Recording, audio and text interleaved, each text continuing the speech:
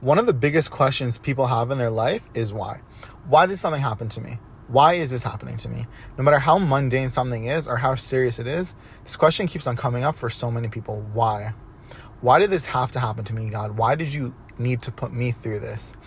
I personally went through a severe injury after high school while I was trying to go to yeshiva. It not only left me with the question of why, but it left me hating God and religion. And not just not caring about it, hating it. And at the time, while I was going through it, nothing made sense to me. And I couldn't understand why I deserved to go through what I was going through.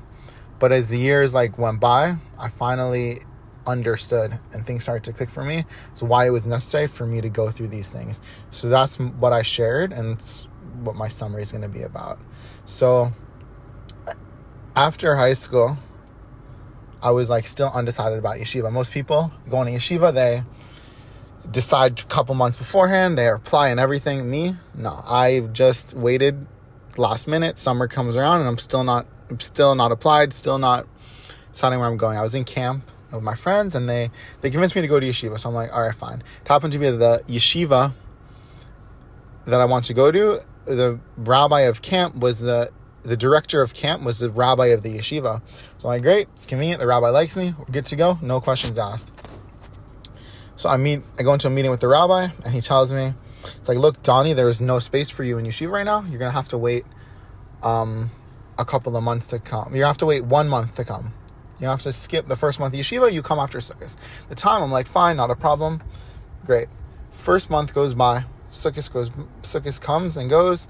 Last couple of days before Sukkot, I'm driving, and someone makes a U-turn right in front of me, and I hit their car. My car goes over the median, stops before it rolls into oncoming traffic.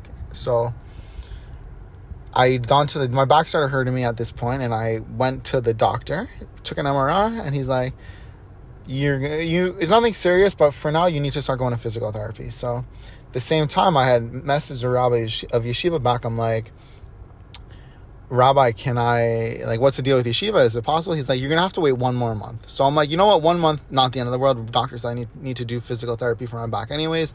Not a big deal. So I continue therapy. 1 month later, I message Rabbi back, and the rabbi's like to me, you need to wait a little bit longer. And at this point, I'm getting a little frustrated with him. This rabbi is telling me that I need to wait longer to come to yeshiva. He told me months ago that it's just a month, just another month. Now it's a couple more days. Whatever, fine. Ended up texting my friends. At this point, my back's starting to feel better, so I'm texting my friends in yeshiva, Rabbi says there's no space for me. My friend tells me, oh, you can put a mattress on our dorm floor, my roommates don't care, and you'll come to yeshiva. So I'm like, great. I texted the rabbi. Rabbi said no. I'm like, okay. Next, I found a spot to rent a room on the moshav, and I was just gonna stay there and go to yeshiva. Texted the rabbi my idea. Rabbi's like, no, you can't do that. And at this point, I'm getting frustrated. I'm trying to do so many things, and the rabbi's not letting me come to Israel. So at this point, it was towards the end of the year already. It was the end of November, and I decided I'm just gonna come to Israel. My brother said I can stay at his place, and I'm sure soon enough a spot's gonna open up at yeshiva, and it's not gonna be a big deal. I'll get a spot in the dorm, and I'll be able to come to yeshiva. So I ended up flying to Israel. At this point, my back was doing a lot better, thank God, after the accident. So it was decided, flew to Israel, met up with my brother, stayed at his place with his roommates. They were really nice people. They didn't mind me being there. So now it's the end of November, beginning of December. I'm in Israel, my first week, and I'm going to yeshiva. It was an hour and a half traveling each way for me just to get there. It was not really possible for me to make it on time to Shacharis, but I did as best as I can. It was a lot of traveling. It was a lot on me just to go an hour and a half twice a day to learn yeshiva, but I did it. I was happy to be in Israel. I was happy to be in yeshiva, so I didn't mind doing it. So more time goes by. The full week goes by. Second week goes by, and I'm still traveling an hour and a half each day. And the total traveling started really taking its toll on me. It ended up being a lot on me. I noticed my back starting to hurt a little bit more. Nothing too severe, but I'm starting to have discomfort. The traveling is too much. So while this was happening in Israel, I had noticed a few things going on at yeshiva. There was this kid who came to yeshiva after me who just jumping around spot to spot in yeshiva, on a couch here one night, a bed here one night, and no one was saying anything to him. And the second someone left yeshiva, this kid just took the spot, No one said anything, not a problem. Like me, like I wasn't going to hop around spot to spot. I was going to wait my turn like I was told to. Wasn't going to argue with the rabbi, so I didn't say anything. I also noticed there was this kid who had come to visit the yeshiva from Waterbury, who did nothing but sit on his phone all day and smoke. And like, that's what you want to do with your life, fine. But like, if I was there trying to learn in yeshiva, like really putting my best foot forward, and the rabbi I felt couldn't be bothered to get a spot for me, whatever, I was listening to what he said. I'm not going to cause an issue. So time kept going by. Third week in yeshiva comes and goes. My back pain starts getting like pretty severe. I'm starting to have pain down in my legs. I start going to physical therapy in Israel because I was like having trouble walking. I couldn't walk more than a few minutes at a time. Fourth week goes by in Israel, and like my pain just got more and more severe. It went from a little pain down my legs to shooting severe pain down my legs, pain up and down my whole torso. Like I literally would walk for a minute and then sit down for 5 and walk for a minute. The pain was unbearable. I couldn't laugh. I was barely sleeping. Just completely like unimaginable pain. I didn't even understand at the time how pain can be so bad. And this was really like my last chance to stay in Israel. The pain was getting so severe. So my cousin was in yeshiva, and he told me, I was like, hey, I'm going back to Miami to go on a cruise. Like, you can have my spot in yeshiva. You can take my bed and just stay there for the month. I'll be gone. It shouldn't be a problem. So I was like, great. I needed to rest. I needed to just be next to yeshiva to relax, go learn, and come back and relax. So that week, I bring like a little suitcase to yeshiva, and my cousin leaves. I take his spot, and I go to sleep that night. The next morning, the rabbi comes over to me, walks with me. The rabbi had not made an effort to have a conversation with me the whole month I was there. But he walked over to me. He's like, Dani, are you staying in your cousin's bed? I'm like, yeah. He said it wouldn't be a problem. Well, he's like, and the rabbi said to me, well, I had planned that when your cousin goes to Israel, that bed is going to be for someone else. I'm like, so what does that mean? He's like, that means you can't stay. You have to leave. I'm like, you have to find somewhere else to stay. I'm like, okay, not a big deal. Whatever you say, I'm just going to listen, whatever. Ends up, I had to go home. I went home that night to my brother's place, and it ended up being after my 5th week in Israel, I had left Israel. My back pain was so severe, I could no longer stay in Israel. My brother called my parents, told them, hey, you have to take him home. So I was like, great. I got home. I hated everything to do with religion. I was like, I tried so hard to just be here in yeshiva, and it just couldn't work out. It just could not work out. Like everything, I felt every time I put my foot forward, God would just have a different idea for me. So at this point, this thought stayed in my head for about 3 days before my pain started getting worse. It got so bad that I could no longer able to walk. At this point, it took me like 20 minutes to get out of bed in the morning. It was just unimaginable pain. I ended up going to the doctor for it, and the doctor's like, hey, I can't help you with the pain. Like, you're going to need to go see a specialist for it, a spinal surgeon. I'm like, oh, that's just wonderful. Like, it's just like, what am I going to do? So I book an appointment with a spinal surgeon, sends me for an MRI, and he's like to me, I'm not going to jump the gun on surgery right away. We're going to give you your option. We're going to give you time to get better. You're 19 years old at this time. This is beginning of February 2019. I was 19 years old. I just turned 19 in December. Doctor's like, look, we're going to try physical therapy, chiropractor, acupuncture, and we're going to give you some epidurals for the pain. For those of you who don't know, an epidural is a shot that goes in your back, and it goes all the way from your back into right by your spinal cord. It's a big, big needle. It's no fun.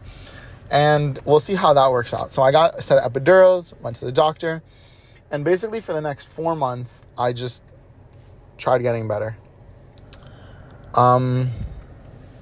It ends up being like towards the end of this 4 months is like January. It was February, March, April, and in May, I'm going for the doctor appointment, and the doctor's like to me, at this point, if you live in this condition any longer, you're going to end up with permanent nerve damage in your leg, so you need to get surgery. There's no other option.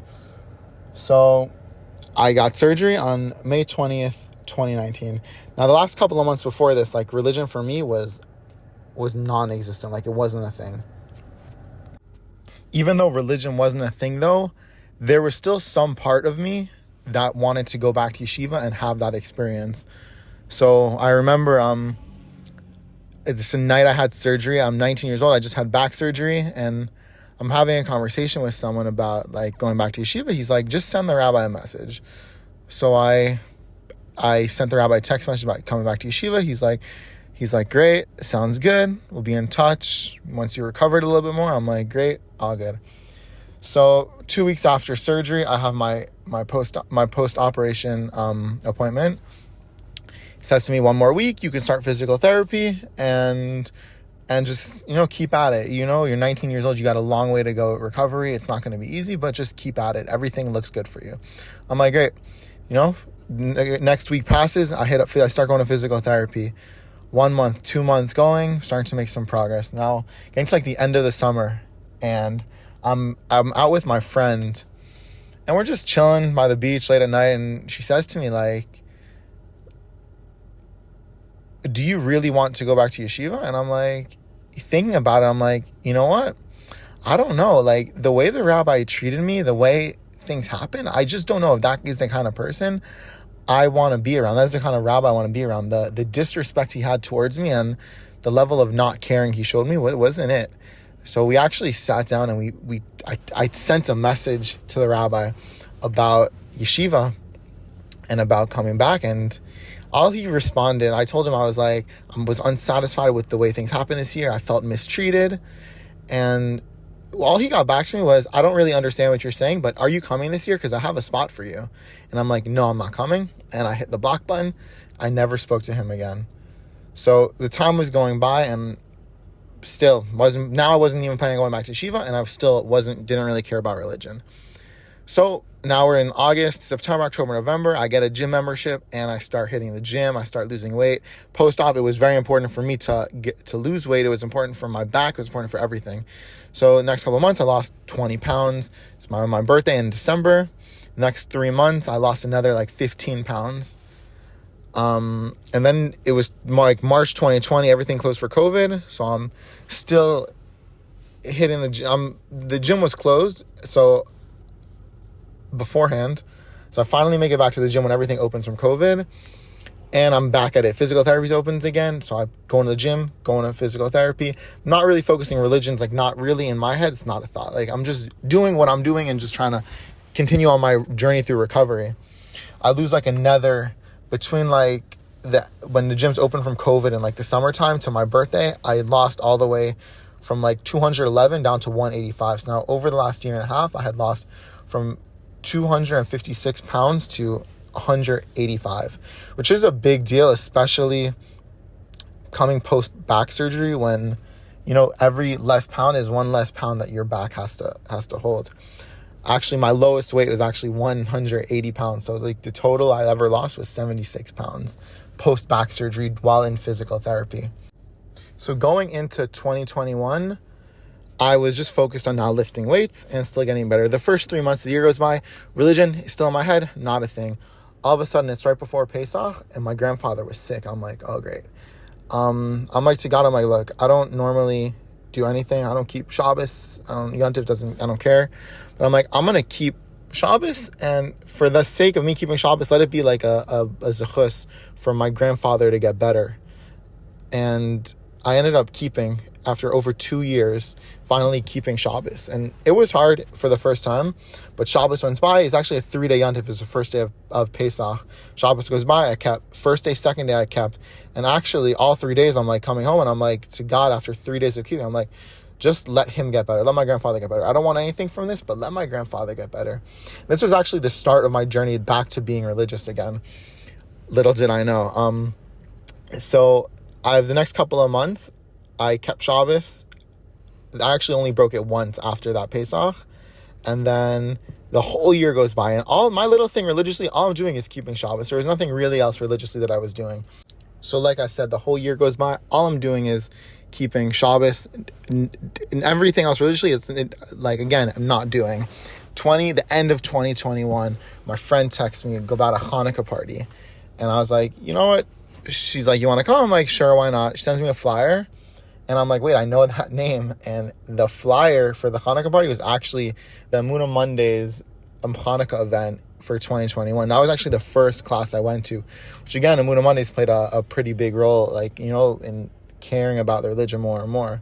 So I went to my first Emunah Mondays event, and then time was by 2022. I'm still going to Emunah Mondays. And it wasn't until summer of 2022 the end of the summer recently that I'm like to myself, you know what? Everything is really starting to fall into place for me. I'm making like so many religious gains. I'm physically in by far the best shape I've been in my life by a long shot. I never in my life even imagined I'd get into the shape I'm in now. And it's like, you know what? Had I never gone to yeshiva and I had never gone to Israel and I never hurt my back and like all these terrible things would never have happened to me, I never would have been in the place I was in today. Hurting my back put me in the spot to leave Israel and save me from going to a yeshiva where the rabbi didn't care about me, the yeshiva didn't care about me. It saved me from being stuck in a yeshiva system that I would spend years of my life doing absolutely nothing from. Hurting my back turned me from just a fat kid my whole life to someone who cared about their health and actually got in shape. And had I never hurt my back, I never would have gotten where I was religiously. I never would have gotten in shape. So, it started to click on my head. Like, I had to go through those terrible things in my life, miserable pain, terrible things, but it all made sense in the end. And I was like, you know what? Like, God, like, he really, like, thought it out and planned it out for me. Like, yeah, I still live today with a little bit of nerve pain when I do certain things. It's hard for me to jump. I can't run so much. But I'm still thankful in the end that I went through what I went through, because it made me who I am today. And without it, I would have just been some lost kid. I feel like I wouldn't have gotten where I am today in any aspect of my life. So this thought dawned on me recently. In the last couple of months, I've been making like the most strides I've made religiously. Obviously, religion is still hard and I still struggle, but I'm just trying as time goes on, keep myself going better and better and better. And if there's one thing I can leave you guys with, it's things in your life are going to happen. Some of them are going to be good. Some of them are going to be bad. And some of them are going to suck so much. But just understand that God, in whatever way he wants to do it, always has your best in mind. He always has what is the greatest thing that you need in mind. So you have to remember, when you're suffering through something, God has planned it out for you, and he will not let something bad happen to you. And you just have to trust that what you're going through, I need this to go. And if you really, really can't cope with it and you need to understand the reason, why am I suffering through this? Ask God, create the need for it, and he will tell you, and he will let it be known to you, this is why you're suffering through what you're going through. But it'll all be okay. And that's my story. Thank you guys for listening.